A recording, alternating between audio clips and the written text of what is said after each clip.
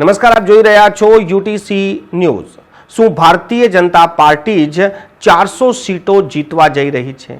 કેમ કે ભારતીય જનતા પાર્ટીની સાથે જે રાજનીતિક પાર્ટીઓ છે તે પાર્ટીઓ તો ધીમે ધીમે તૂટી રહી છે અને તમામ લોકોના મોહ ભંગ થયા બાદ તેઓ ભારતીય જનતા પાર્ટી સાથે જ જોડાઈ રહ્યા છે।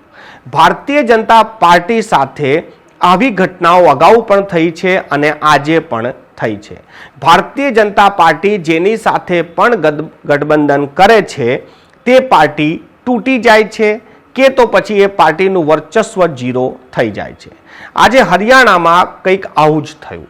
આજથી 4.25 વર્ષ પહેલા જે જેજેપીની જરૂર ભારતીય જનતા પાર્ટીને હતી તેની સાથે તેને સરકાર બનાવી। લોકસભાની ચૂંટણીના બિલકુલ પહેલા જેજેપીને દરકિનાર કરીને ભારતીય જનતા પાર્ટીએ વિપક્ષી જે ધારાસભ્યો છે તેનો સાથ લઈને હરિયાણામાં સરકાર બનાવી દીધી। માહિતી એવી પણ મળી છે કે જેજેપીના પણ જે ધારાસભ્યો છે તે ભારતીય જનતા પાર્ટીને સપોર્ટ કરી રહ્યા છે, એટલે જેજેપી તૂટી રહી છે। આવું જ કંઈ શિવસેના સાથે પણ થયું અને આવું જ કંઈ અન્ય બીજી પાર્ટીઓ સાથે પણ થયું। એટલે કહેવાય છે કે ભારતીય જનતા પાર્ટી જે એનડીએ ગઠબંધન છે એમાં એનડીએ ખૂબ નાનું થઈ ગયું છે અને ભારતીય જનતા પાર્ટી ખૂબ મોટી થઈ ગઈ છે।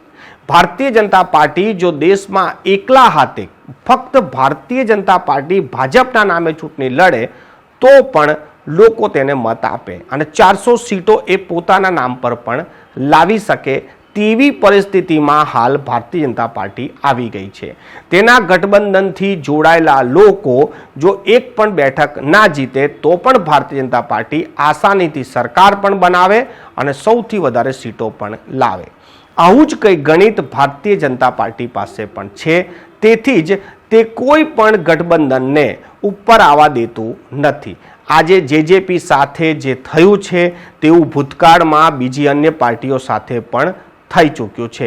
ભારતીય જનતા પાર્ટી માટે જે ઇન્ડિયા ગઠબંધન છે, જે વિપક્ષી પાર્ટીઓ છે તે પહેલાથી કહેતી આવી છે કે ભારતીય જનતા પાર્ટી સાથે જે પણ લોકો જાય છે તેની પાર્ટી તૂટી જ જાય છે। આવું તેને મહારાષ્ટ્રમાં પણ કર્યું છે, બિહારમાં પણ કર્યું છે, યુપીમાં પણ કર્યું છે અને ઘણી જગ્યાઓ પર એવું જોવા મળ્યું છે કે ભારતીય જનતા પાર્ટી જાણે કે એકલા જ હાથે દેશભરમાં ચૂંટણી લડવા માંગે છે, જીતવા માંગે છે અને તેથી જ તેનું સંગઠન આ જ દિશામાં કામ પણ કરતું હોય છે। એવું જ કંઈ આજની તસવીર પર લાગી રહ્યું છે।